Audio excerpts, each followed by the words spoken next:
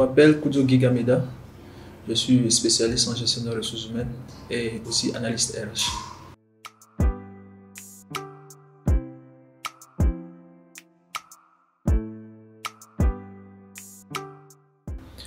Le travail de recruteur, je ne dirais pas c'est un travail simple. Tout d'abord, ça consiste à identifier les besoins en ressources humaines de l'entreprise et essayer d'acquérir les compétences dont l'entreprise a besoin. Voilà, pour satisfaire ces besoins-là. C'est pour ça, des fois, vous ne voyez pas d'acquisition de talents, d'acquisition de compétences.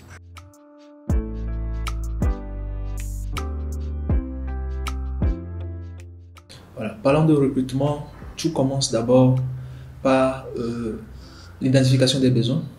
Il faut identifier les besoins en ressources humaines au sein de l'organisation. Quels sont les postes à pouvoir. Une fois les postes ou bien les besoins identifiés, on passe à l'offre. Donc il faut préparer une fiche de poste pour numériser ou bien essayer d'identifier quelles sont les tâches que la personne aura à faire. Et ensuite, on collecte les candidatures, les CV. Vous classez les CV selon les profils que vous voulez. Et on convoque les gens, les profils qui sont retenus, on les convoque en entretien. Maintenant, en entretien, le profil qui vous correspond, vous gardez la personne, vous pouvez le rappeler après et on passe à l'intégration de la personne dans l'entreprise.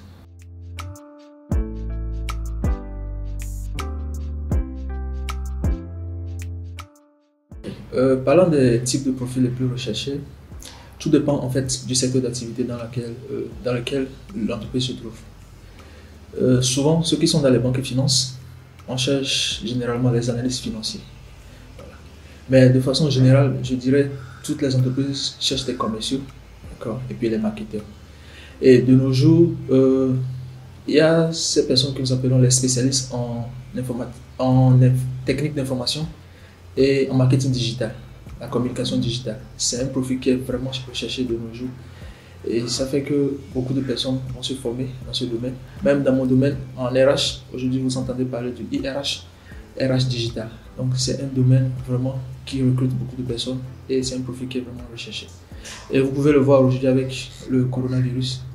Tout se fait à la maison, le télétravail. Donc il faut vraiment maîtriser les outils digitaux.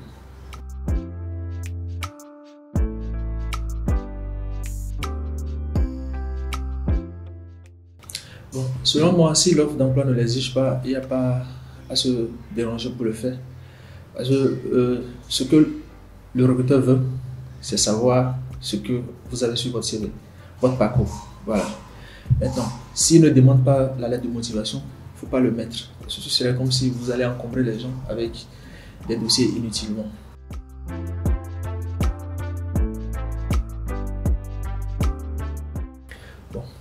Concernant la lettre de motivation, comme le nom le dit, c'est une lettre que vous devez écrire pour montrer à l'entreprise ou bien au recruteur que vous êtes vraiment motivé, vous êtes intéressé par l'emploi. Quelles sont vos motivations?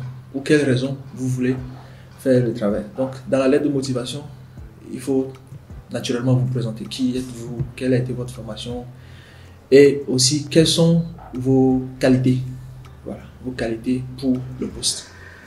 Et moi, le conseil que je donne aux gens, c'est que quand vous prenez la fiche de poste, il y a certaines qualités qu'on recherche pour le poste. Donc, généralement, vous pouvez le mettre dans le CV et aussi parler de vos points dans la lettre plutôt, excusez-moi, et aussi parler de vos points forts. Voilà, quels sont vos points forts? Et pour ça aussi, il faut faire des recherches sur l'entreprise avant d'écrire la lettre pour savoir dans quel domaine se situe l'entreprise, qu'est-ce qu'ils cherchent chez un candidat. Et par exemple, si vous avez eu une offre, l'offre était sur LinkedIn par exemple, et que sur LinkedIn vous avez l'avantage, bien ce contrôle-là de voir qui sont les gens qui ont postulé à l'emploi. Donc vous pouvez aller toutefois regarder sur leur profil, quelles sont leurs qualités, quels sont leurs points forts, qu'est-ce que la personne a et que toi tu n'as pas. Donc tu peux te baser sur ça pour te démarquer des autres dans l'aide de motivation. Voilà. Et aussi être bref, voilà. Ne pas trop parler, puis c'est bon.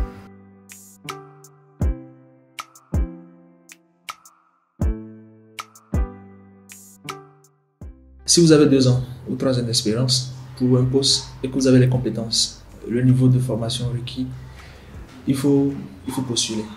Voilà. On peut vous dire 10 ans, 5 ans, mais il y a des gens qui ont 2 ans, 3 ans qui obtiennent le poste. Donc, il faut pas que les gens se laissent berner par ces histoires de 5 ans et 10 ans d'expérience. Vous avez 2 ans d'expérience, vous avez 3 ans d'expérience, vous avez la compétence, vous avez le niveau requis. Parce que quand on demande un niveau master pour un emploi et que vous avez une licence, déjà c'est plié pour vous. Mais si vous avez le master et que vous avez 2 ans d'expérience, 3 ans d'expérience, postulez. Même si vous n'avez pas les 10 ans demandés, il n'y a pas de problème, vous pouvez postuler.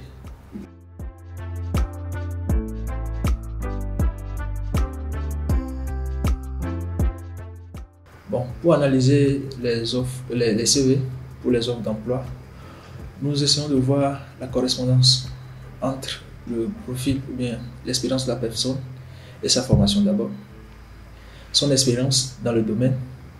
Et nous analysons aussi la période d'inactivité. Parce qu'il y a certaines personnes, quand ils envoient le CV, vous verrez qu'il y a de cela 6 mois, il n'a pas été en activité. Donc, ce sont des choses que nous prenons en compte pour analyser les CV. Et à côté, nous voyons l'adéquation entre la formation et l'expérience professionnelle. Voilà. Quelqu'un qui, par exemple, a une licence en comptabilité, mais qui, à côté, a été responsable de service clientèle dans un centre d'appel, vous voyez qu'il n'y a pas grand lien entre sa formation et son expérience qu'il a fait en entreprise. Voilà. Donc, ce sont des points que nous voyons pour analyser les CV des candidats.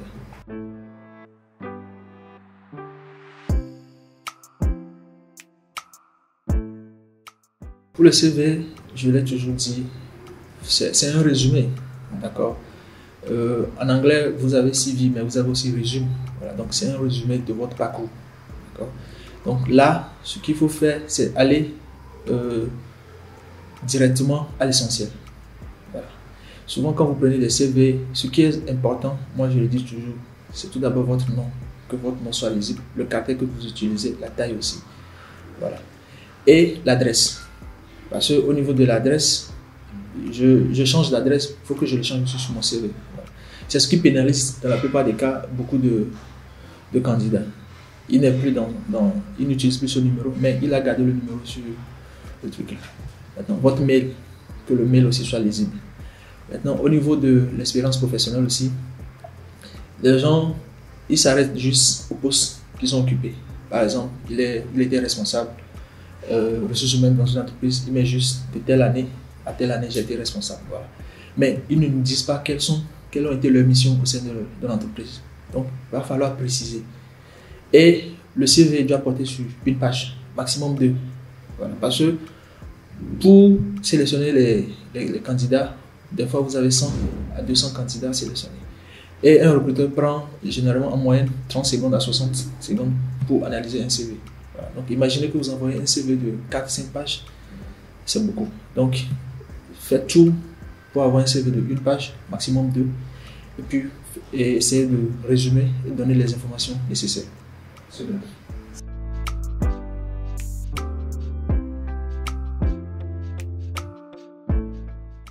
Pour moi, les candidatures spontanées sont plus importantes pour les entreprises qui recrutent. Parce que ça leur permet de constituer une base de données pour les candidats. Maintenant, pour le candidat en question, moi je l'ai toujours dit, quand il n'y a pas d'offre, ne postulez pas. Voilà.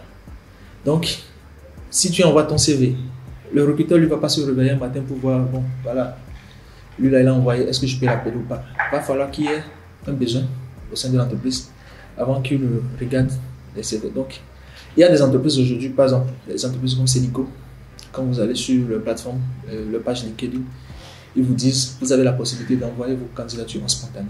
Là, si les entreprises le demandent, vous pouvez le faire. Mais quand l'entreprise ne demande pas, il n'y a pas de raison de se déranger pour ça.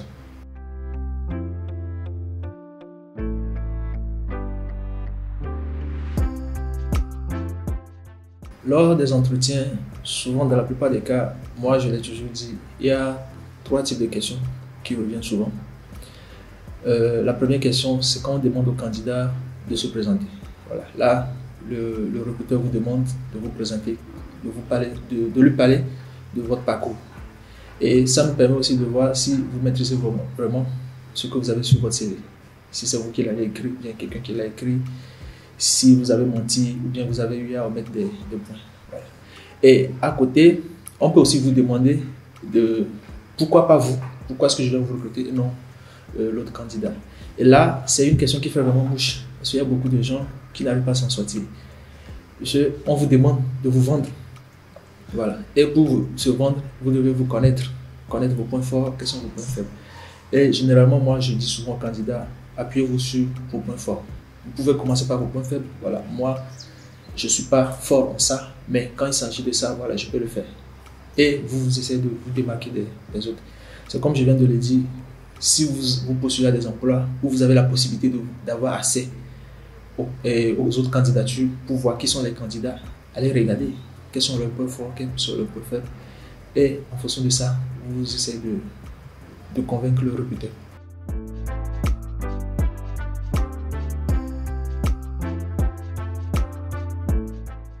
Voilà.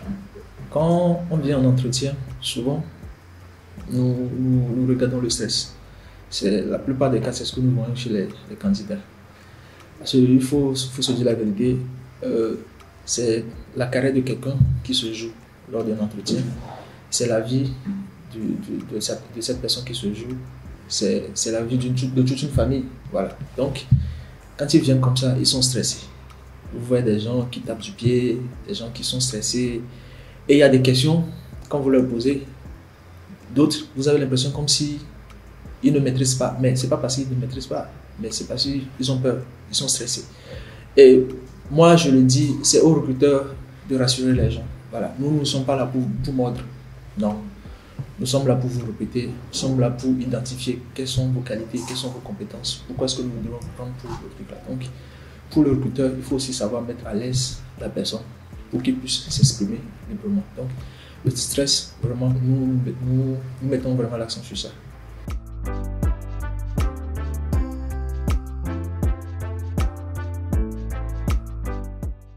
Au thème de la procédure de recrutement, nous voyons la motivation. Premièrement, la motivation du candidat. Un candidat qui vient en retard à l'entretien, par exemple, il n'est pas motivé. Voilà. Nous voyons aussi, comme je l'ai dit, l'expérience. Maintenant, la connaissance que le candidat a de l'entreprise. Par exemple, pour un poste de commercial, ou bien je veux recruter un responsable des ventes. On peut essayer de voir si cette personne maîtrise vraiment son secteur, maîtrise vraiment l'activité de l'entreprise. Voilà. Vous ne pouvez pas prétendre être commercial sans savoir ce que nous faisons dans l'entreprise.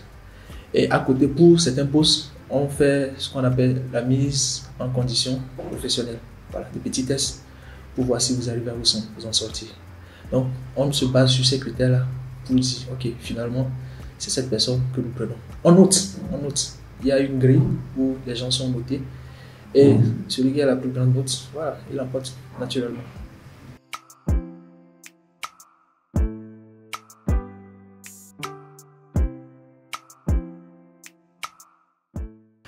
Moi, je l'ai toujours dit, le stage, c'est vraiment important.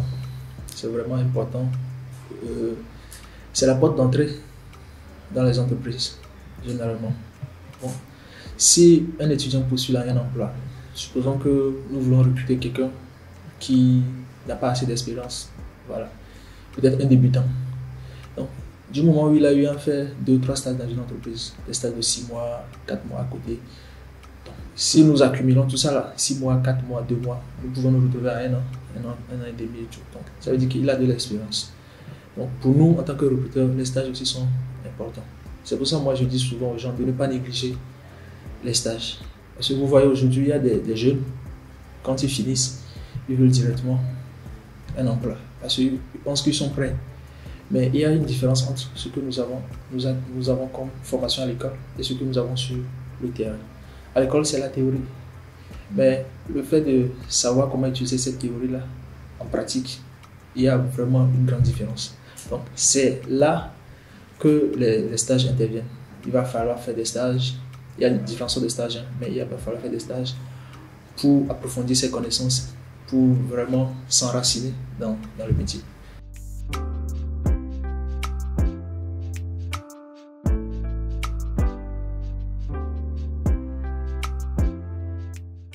Bon, moi, je ne vais pas les qualifier de pire, mais ce sont des erreurs qui leur ont coûté leur bourse. Voilà. Et comme je le dis, mes expériences dans le domaine du recrutement, je les ai eues à Lomé, quand j'étais dans un cabinet. On avait eu on avait lancé un recrutement. On recrutait des jeunes. On recrutait des jeunes stagiaires et puis des jeunes responsables en agroalimentaire. Voilà. Donc, on avait retenu 10 jeunes pour le poste. Mais quand on les a appelés pour les entretiens, même la veille, on a eu à les appeler pour leur rappeler et tout. Chez nous, généralement, à 7h30, on commence pas à travailler. Donc, on leur a dit, pointez-vous à 7h30. 7h30 à 9h, 10h, on aura fini. Mais les gars, ils se sont pointés vers 10h. Voilà. Ils avaient des excuses, bidons et tout. Et ça les a pénalisés. Parce que moi, ce qui m'a beaucoup éclairé dans ça, c'est qu'il y avait un jeune particulièrement, il avait le profil, il avait tout. Mais son cas, c'était spécifique. Il n'avait pas été son téléphone n'arrêtait pas de vibrer, malgré les avertissements. Voilà. Et on a dû prendre quelqu'un d'autre à sa place. Bizarrement, il a perdu le poste juste à cause de ça. Donc, ce sont des choses qui pénalisent. Donc, en tant que candidat, il faut vraiment faire attention à ce genre de choses.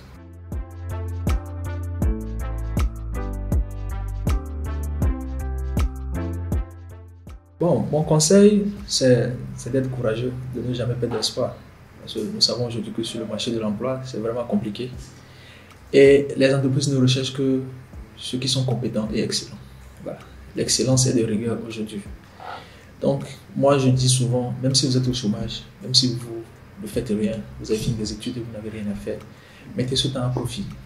Essayez de faire d'autres formations, essayez d'acquérir de nouvelles compétences et tout. Forcément, il y a un logiciel que tu ne maîtrises pas. Voilà, mais qui pourra demain faire la différence en entreprise. Donc, essayez de voir qu'est-ce que je peux faire pour apprendre encore, voilà, en étant à la maison, bien en étant en stage. Parce que demain, quand on va vous demander pourquoi est-ce que je dois vous recruter et non l'autre, ce sont des points sur lesquels vous allez vous baser pour vous différencier des gens. Donc, il faut surtout garder le courage et aussi prier. Parce que moi, je le dis, tout ce que nous faisons, il faut qu'on mette Dieu à l'intérieur. Sans Dieu, rien ne peut se faire. Voilà. C'est Dieu qui met les hommes sur le chemin pour qu'ils nous aident. Donc, il faut prier et aussi travailler. Voilà. Beaucoup prier et travailler beaucoup, et puis le reste, ça va bien se passer.